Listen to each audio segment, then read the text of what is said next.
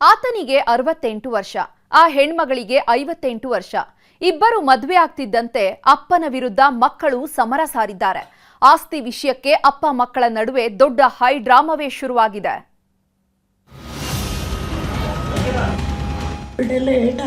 ಅವರೇ ಆಸ್ಪತ್ರೆಗೆ ಕರ್ಕೊಂಡು ರೂಮಿಗೆ ಸೇರಿಸಿ ನನ್ನ ಒತ್ತು ಹೊಡೆದರು.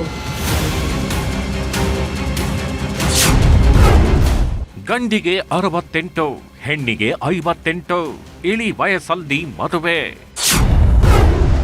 ಅಂಕಲ್ ಆಂಟಿ ಮ್ಯಾರೇಜ್, ಸಿಡಿದೆದ್ರು ಮಕ್ಕಳು. ಬದುಕು ಅನ್ನೋದು ಒಂಥರ ಕಾಲದ ಚಕ್ರ ಆಗಿದ್ದಂತೆ. ಕಾಲಚಕ್ರ ತಿರುಗಿದಂತೆ ಎಲ್ಲರೂ ಬದಲಾಗಲೇಬೇಕು. ಇವತ್ತು ಇದ್ದವರು ನಾಳೆ ಗಿರಲ್ಲ, ಇವತ್ತು ಜೊತೆಗಿದ್ದವರು ನಾಳೆ ಸಂಬಂಧದಲ್ಲೂ ಗಿರಲ್ಲ. ಗಂಡು ಹೆಣ್ಣು ಅಂದಮೇಲೆ ಒಬ್ಬರಿಗೊಬ್ಬರ ಆಸರೆ ಬೇಕೇ ಬೇಕು. ಹೂವಿಗೆ ಮರದ ಆಸರೆ ಹೇಗೋ, ಪ್ರತಿ ಗಂಡು ಹೆಣ್ಣಿಗೂ ಒಬ್ಬರಿಗೊಬ್ಬರ ಆಸರೆ ಬೇಕೇ ಬೇಕು. ಅದರಲ್ಲೂ ಇಳಿ ವಯಸ್ಸಲ್ಲಂತೂ ಗಂಡಿಗೆ ಹೆಣ್ಣು, ಹೆಣ್ಣಿಗೆ ಗಂಡು ಅನ್ನೋ ಬಾಂಧವ್ಯ ಇರಲೇಬೇಕು.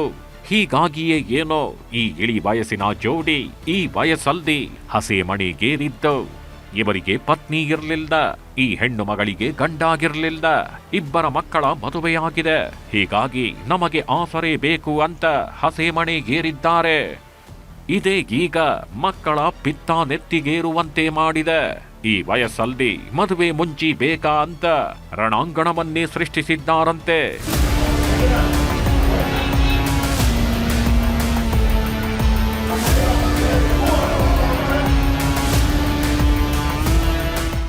ಮದುವೆ ಆಗೋದಕ್ಕೆ ಹೆಣ್ಣಿಗೆ 18 ತುಂಬಿರಬೇಕು, ಗಂಡಿಗೆ 21 ವರ್ಷ ಆಗಿರಬೇಕು. ಆಮೇಲೆ ಯಾರು ಬೇಕಾದ್ರೂ ಮದುವೆ ಆಗ್ಬೋದು. ಸಪ್ತಪದಿ ತುಳಿಯೋ ವಿಷಯದಲ್ಲಿ ಎಲ್ರೂ ಸರ್ವಸ್ವತಂತ್ರರೇ. ಅದು ಪ್ರಾಯದ ವಯಸ್ಸಿನ ಮದುವೆಯಾದ್ರೂ ಸರಿ, ನೆಲ ಹಿಡಿಯೋ ವಯಸ್ಸಾದ್ರೂ ಸರಿ. ಗಂಡು ಹೆಣ್ಣು ಒಪ್ಪಿದ್ರೆ ಮುಗೀತು. ಕಾನೂನುಬದ್ಧವಾಗಿ ಯಾರು ಬೇಕಾದ್ರೂ ಮದುವೆ ಆಗ್ಬೋದು. ಹೀಗಾಗಿಯೇ ಈ ಜೋಡಿ ಮದುವೆಯಾಗೋ ನಿರ್ಧಾರ ಮಾಡಿದ್ದು. ಆದ್ರೆ ಇವರ ಪಾಲಿಗೆ ಮಕ್ಕಳೇ ವಿಲನ್ ಆಗಿದ್ದಾರೆ. ಮೊಮ್ಮಕ್ಕಳ ಜೊತೆಗಿರೋ ವಯಸ್ಸಲ್ಲಿ ಮದುವೆ ಆಗ್ತಿದ್ದೀರಾ ಅಂತ ಅಟ್ಟಹಾಸ ಶುರು ಮಾಡಿದ್ದಾರಂತೆ.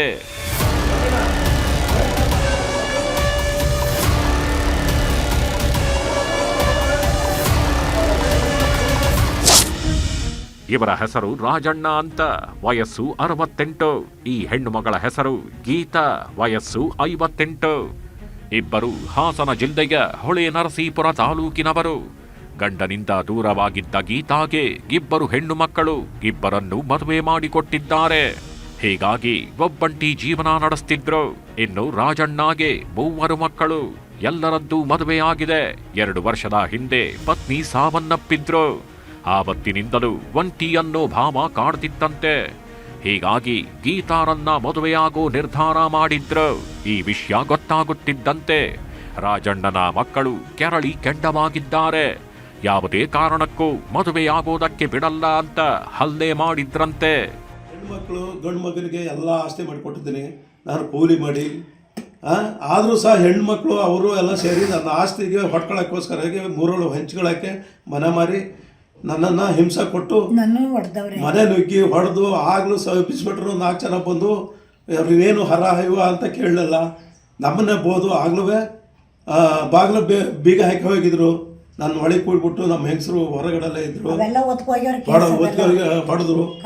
ಅವಳು ಒಳಗೆ ಎಲ್ಲ ಒಳಗೆ ಫೋನ್ ನಂಬರ್ ತಗೊಂಡು ಇವ್ರಿಗೆ ಫೋನ್ ಮಾಡಿ ಅವಳೆ. ಡಿಸೆಂಬರ್ 17ನೇ ತಾರೀಕು ಮಾವಿನಕೆರೆ ಬೆಟ್ಟದಲ್ಲಿ ಇಬ್ಬರು ಮದುವೆಯಾಗಿದ್ದಾರೆ. ಈ ವಿಷಯ ಗೊತ್ತಾಗ್ತಿದ್ದಂತೆ ರಾಜಣ್ಣರ ಮಕ್ಕಳ ಆಕ್ರೋಶದ ಕಟ್ಟೆ ಒಡೆದಿದೆ. ಆಸ್ತಿಯನ್ನೆಲ್ಲ ನಮಗೆ ಬರೆದುಕೊಟ್ಟು ಯಾರ ಜೊತೆಗಾದ್ರೂ ಸಂಸಾರ ಮಾಡು ಅಂತ ಬೆದರಿಕೆ ಹಾಕ್ತಿದ್ದಾರಂತೆ.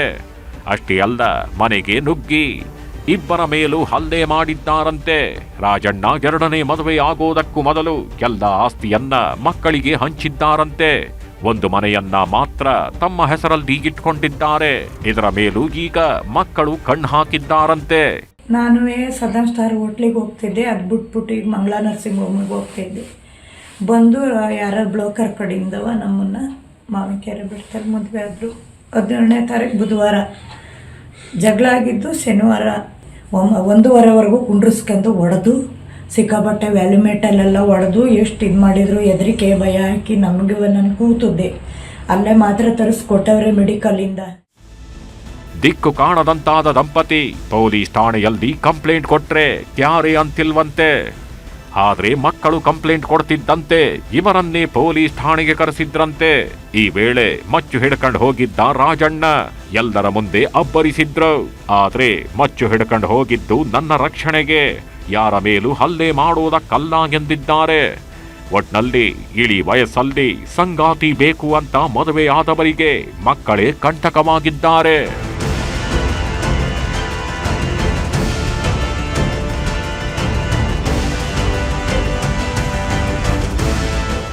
ಕೃಷ್ಣ ಗಿಬ್ಬೀಡು, ನ್ಯೂಸ್ 18 ಹಾಸನ.